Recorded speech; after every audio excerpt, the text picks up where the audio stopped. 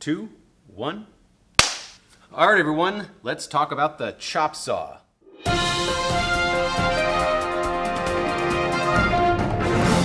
Also called a miter saw because it has this miter gauge right along here that tells you what degree you're cutting the piece of wood. So just a straight across cut across the grain, 90 degrees, that would be marked at 0 on the miter gauge. If we wanted to cut the corners for a box, that would be set to 45 degrees, which we'll go over in detail later. But this is the miter saw. Miter saw has a 10-inch blade on it with a lot of teeth, usually between 50 and 60 teeth, and this is meant only for cross cuts. Cross cuts are across the grain. Remember when we talked about sanding? Sanding, we go with the grain, and if we cut with the grain, that's called a rip cut. We do not do a rip cut on the chop saw. It is only for across the grain or miters, which go across the grain vertically. This up here is the handle where the trigger is. On both saws, we have a trigger, but the larger saw has a safety button you press in with your thumb and then pull the trigger. This only has the trigger, which is why when we line up the cuts, we do not touch the trigger. We only hold over here on the handle or not even in the handle, just bringing it down without touching the trigger so we don't accidentally start the machine. You can notice as you lower the handle, the guard naturally moves out of the way, okay? So there shouldn't be a reason for you to pick this guard up or move it out of the way at any time during the cutting operation. We can adjust this machine with the miter gauge here using the lock knob where we unlock this and then lift up on the handle below, and then we can move this to whatever angle we want. We can also loosen it with this knob in the back, which will allow us to angle this direction, which we don't do that often, but the machine does allow it. And that's if you want to do crown molding. That's how people will do crown molding with this machine. There's a gauge, a miter gauge here also, which is set, so you can set this to cut crown molding. So very useful. It's got a spring, so if you let go, it'll naturally come up, but I don't want you to do that. I want you to control it on the way down and on the way up. So we have the blade guard, we have the saw table, which is what we have to make sure the wood is firmly pressed down against, and we have the fence, which is this piece of metal, and this is the filler block. This fence right here, the second one without that filler block, that's without the filler block, piece of metal here. This is the fence. We always hold the wood tight against the fence, pressing in with our thumb, holding it against the fence, and with our fingertips we're pressing down, holding it flat down to the table of the machine. We never hold it out here and try to make a cut from out here because the blade is going to be spinning toward you this way. And as soon as it touches that wood, it's going to want to throw it back. So this supports the cut so that when you make your cut, it holds it steady and it doesn't move. We also don't pick it up in the air or do any sort of freehand cuts. This is always flat on the table, tight against the fence in that position, and that's how we make our cuts. Whenever we want to make a cut on the chop saw, we want to make sure that the wood is firmly against the fence, pressed down against the table, and that there are no gaps along this back fence. If the piece of wood is wobbly, twisted, warped, maybe it rolls on the machine, doesn't sit flat, we shouldn't use this machine to cut it. We need to make the board flat before we come over here to cut on the chop saw. We need to make sure that this fence is even. We have a straight edge all the way back so we get a perfect 90-degree cut after we cut it. We also need to make sure that it's flat on the bottom so it sits flat on here so we get a nice straight cut. That is critical for this machine. We have other tools to prepare the wood so that it's nice and flat before we get to this machine. Now, if we were just going to make a straight 90-degree cut like this, we could just use the fence as it is. But whenever we cut miters, and even when we do some cross cuts, I have the same piece of metal, but this one has a piece of wood screwed to the front of it with this angle, with the miter cut already cut on it. So we slide this into this groove in the back, and depending on where we're gonna cut, let's say I'm gonna cut at 0 here, I wanna put this right up to the blade and tighten it down with this knob in the back. And what that does is it brings the piece of wood, the fence, right up to the blade so that when I'm trying to make a cut, this blade is going to be putting pressure on this wood going that direction, and we don't want it to get leverage and come out like this and kick back in our hand. So this gives us a lot more control over the wood when we're going to try to make a straight cut using the filler block right here. If we brought this over to 45 degrees, we would move this piece of wood over so that it goes right next to the blade, and then we're ready to make a miter cut on this edge to make a nice straight angled cut so we can make a box, for example. That's how we'd make a miter cut. Whenever we adjust this, as you saw me do before, we always lock this lock knob. On the bigger machine, it's a screw handle. In this case, it's a lever handle.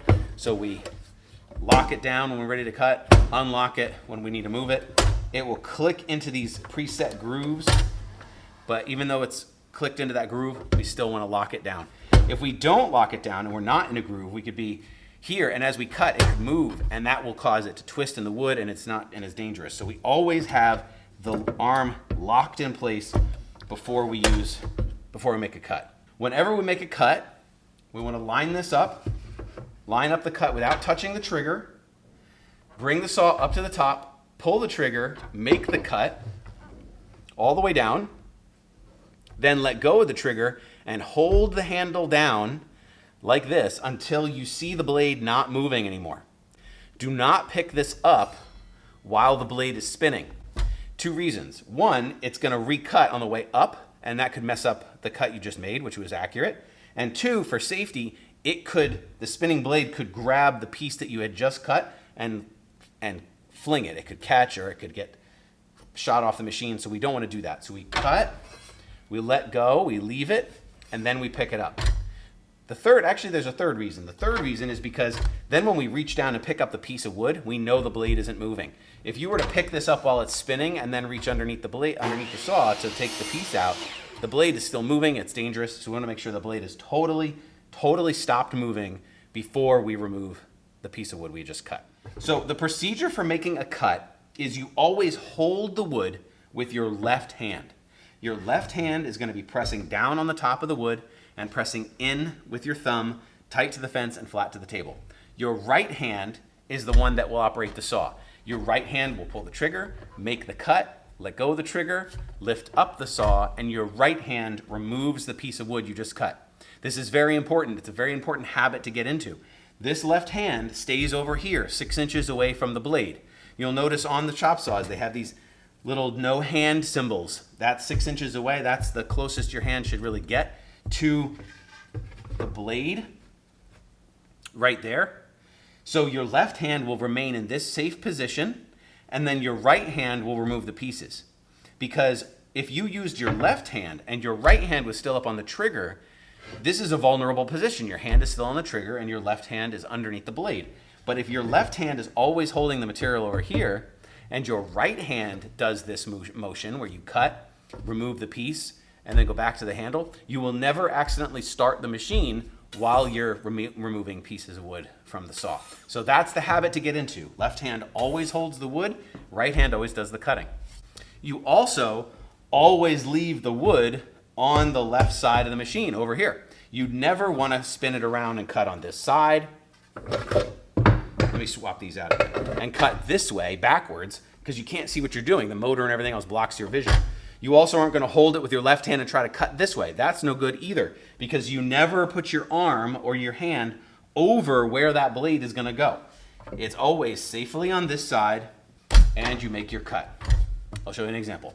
Glasses are on. I'm going to measure a 1-inch piece of wood. I'm going to measure it on the side over here, away from the machine, not on the machine. I don't want rulers on the machine. I'm going to measure 1 inch, and right there is where I want to make my cut. I'm going to think about the side of the line I want to cut on. I want to keep this 1-inch piece, so I'm going to cut on the side of the line of the piece I don't want. I want to keep this 1 inch long. The reason I have to think about that is the blade is 1/8 of an inch thick. So 1/8 of an inch of wood is going to become sawdust into the bag off the side. So if you had a 12-inch piece of wood, exactly 12 inches, and you measured exactly 6 in the middle, and you cut a piece that was 6 inches, the other piece would not be 6. it would be 5 7/8 because 1/8 of that wood became sawdust. So you would not have two perfectly 6-inch pieces from a 12-inch piece of wood. If that makes sense. You have to compensate for the scrap, the parts that are going to become dust. So I have my 1-inch mark. I'm going to line up my cut, not touching the trigger, making sure that the corner of the tooth lines up right with the line I want to cut. Bring it up, pull the trigger, let go of the trigger, and wait until the blade is not moving anymore. As you can see, it is completely stopped. That piece of wood that I cut is still there. I pick this up, and with my right hand, I remove the piece that I just cut. If I needed multiple pieces of this, that would be the procedure. Now I'll demonstrate how to do a miter cut. I'm gonna put on the filler block. We're gonna bring the saw to 45. It's on 45 degrees. We lock the arm knob. We put the filler block up to the blade. Tighten up that knob in the back so this doesn't move anywhere. I'm going to hold the wood with my fingertips on top, holding it tight down to the table, and my thumb on the bottom, holding it tight into the fence. I can line this up, and I'm ready to make my cut. Now, a common mistake, I see people stand way too far to the right, and then they're pressing at an angle. Their hand is kind of at an angle. This can cause the wood to slide down the fence, and you don't want that. You want it to stay exactly where you put it. So you want to face the saw straight on. Your arm is straight, pressing into the fence, holding it in place. So I can line this up. And when I line this up, I can look through the grate. You can look through these vents. You can look at both sides while not touching the trigger. Very important. Line this up. Bring it up. Start the saw. Make the cut. Let the blade completely stop. If you saw, that piece of wood actually is not there anymore. It got put back here. So that's just from the spinning blade. So there's the scrap. We get rid of that.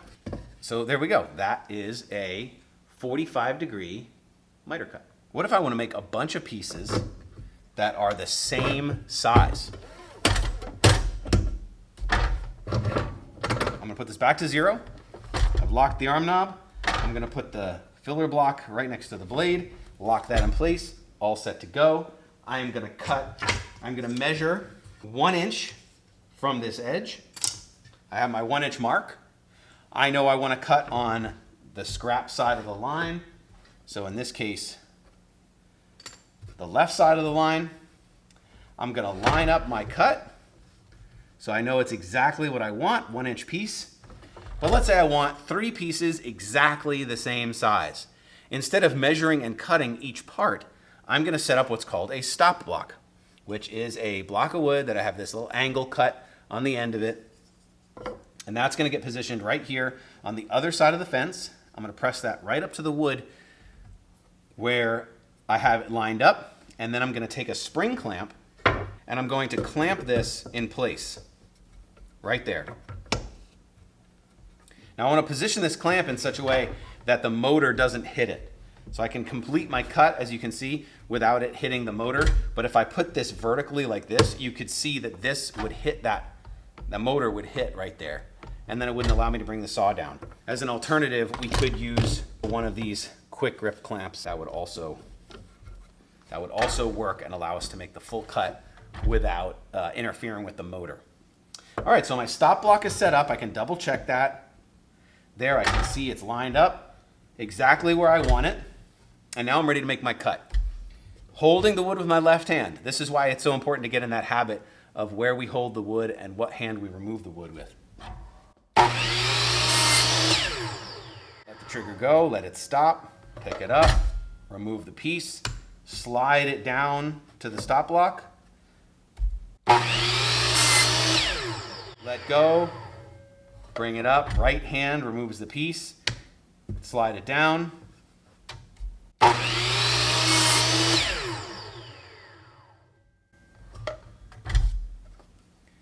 See, my hand is always safe because I'm not holding the trigger and the blade isn't moving, so then I can safely remove the piece of wood. I don't want to ever have my left hand underneath this blade. And now I have 3 pieces of wood that are exactly the same size because of the stop block. The only difference between the smaller saw and the bigger saw is that this one will come out like this, allowing us to cut much wider panels, wider boards in one cut. And the way we cut on this saw is exactly the same way, with our hand position and everything else exactly the same, except that when we want to cut a large piece, we bring the saw out before we start it. We start it out here, we make the cut, and then we push through the cut.